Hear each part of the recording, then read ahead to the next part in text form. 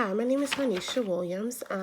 The group that I decided to talk about today is a group that I actually am a part of or have been affiliated with for about like 3 to 5 years now. The group originally started in Charlotte, North Carolina. That's where I recently moved from. And the group is for domestic violence women who have children. It is a shelter home, and it's called CVN Women's Shelter. What we do is that we form groups for the community, and we basically discuss with the individuals who have experienced domestic violence, just ways to prevent it, how to get out of the situation, and how to not go back. So typically when I have meetings, well, they were every Tuesday when I was in North Carolina, and now I do them here in Maryland every Thursday. And I actually do it at my church. We typically meet on Thursdays, like around 7 p.m. It kind of varies depending on people's schedule. Between 6 or 7 is when we typically meet. And the setup is about between 10 to 15 young ladies who have experienced domestic violence. And we pretty much sit in a circle, or we kind of just sit at a table and we just discuss what domestic violence is, the ways that we can prevent it, and the ways that we can move forward. Pretty much my role in it is just kind of like getting it started. So usually I'll, welcome everyone to the group. If we have new members, I would ask them to introduce themselves. Of course, just so everyone can know who they are. And welcome them. Just making sure that they feel as comfortable as possible. That way they can be open with us, honest, and share the information that, they need help on. We really just want to get women involved who are experiencing domestic violence, just so they know that they have some type of support system.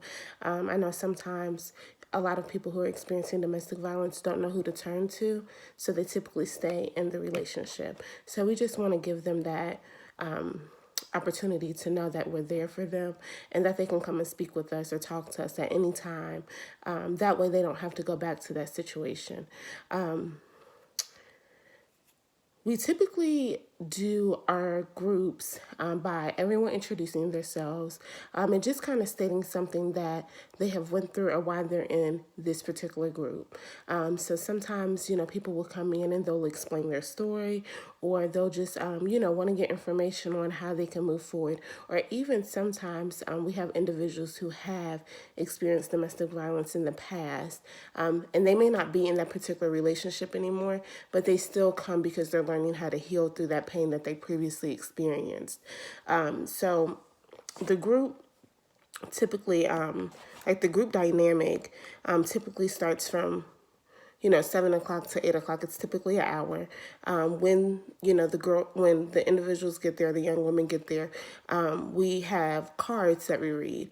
So a few of the cards is, what is domestic violence? The second card may be, what is CVAN and what our shelter does, because there is different facilities for it. So we just explained that, it's a women's shelter. We assist with women and children who may have experienced domestic violence, just giving them a place to stay, helping them with any type of assistance, as well as getting them on some type of plan, whether that's helping them with their housing, helping them find a job, childcare, food assistance, just so they can be able to transition from, that domestic violence situation that they had previously experienced.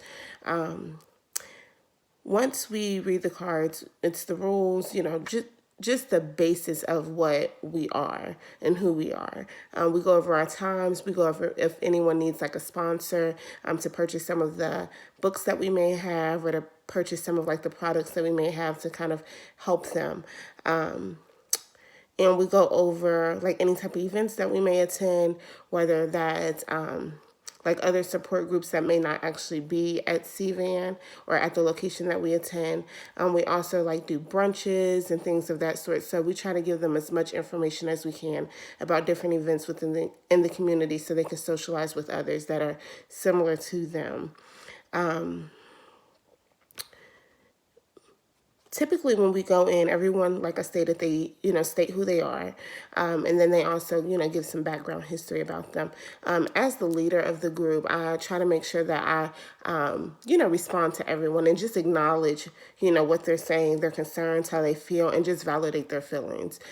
Because a lot of people come to these support groups and a lot of them are scared to express their feelings. So having someone there that can validate their feelings and just make it as comfortable as possible for them to share that information is very important. So some of the leadership techniques that we do utilize is, the dyad. So sometimes we will break up into two small groups and have them speak with one another. And sometimes, we'll do the rounding where everyone knows who everyone is and what their situation is. That way we can all be familiar with that particular person. And I think that helps. The rounding helps when, you're not sure how something may affect another person. So if they, state their name and let us know a little bit of background information about them, then we can know how, what boundaries need to be set when having our group session. Everyone is pretty engaged with one another. We typically have the same people come all the time. There may be like a new member every now and then, but they kind of just join right on in. We're kind of like one big family. We kind of just make sure that everyone feels as comfortable as possible. The main challenges that I have encountered is just someone who may not want to actually share what they're going to. So sometimes they may be a little sheltered or they may not want to fully express themselves. So just kind of getting them to come out of their shell and just kind of getting them to participate can sometimes be a little bit of a challenge. I do think that sometimes, we should kind of not force it on them, but kind of, just let them know our expectations is to participate in the group because we do want to assist them and help them.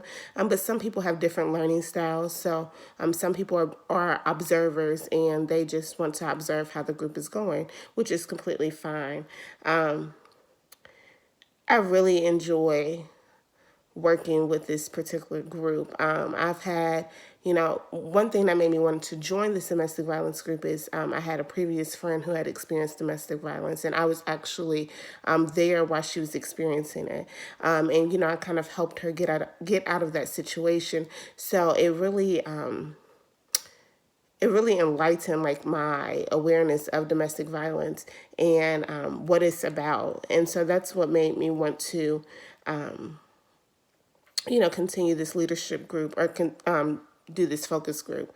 I think some areas that we need to do to enhance the group skills is just, I think like if we met more, it would kind of be beneficial for the group instead of just meeting once a week. I think sometimes, we meet once a week and it's only an hour long. And like I said, we have 10 to 15 girls, so everyone cannot really get their point across or actually engage in the meeting how they would like to. So I think maybe having it twice a week would help just for the individuals who, want to continue the conversation and get more help. But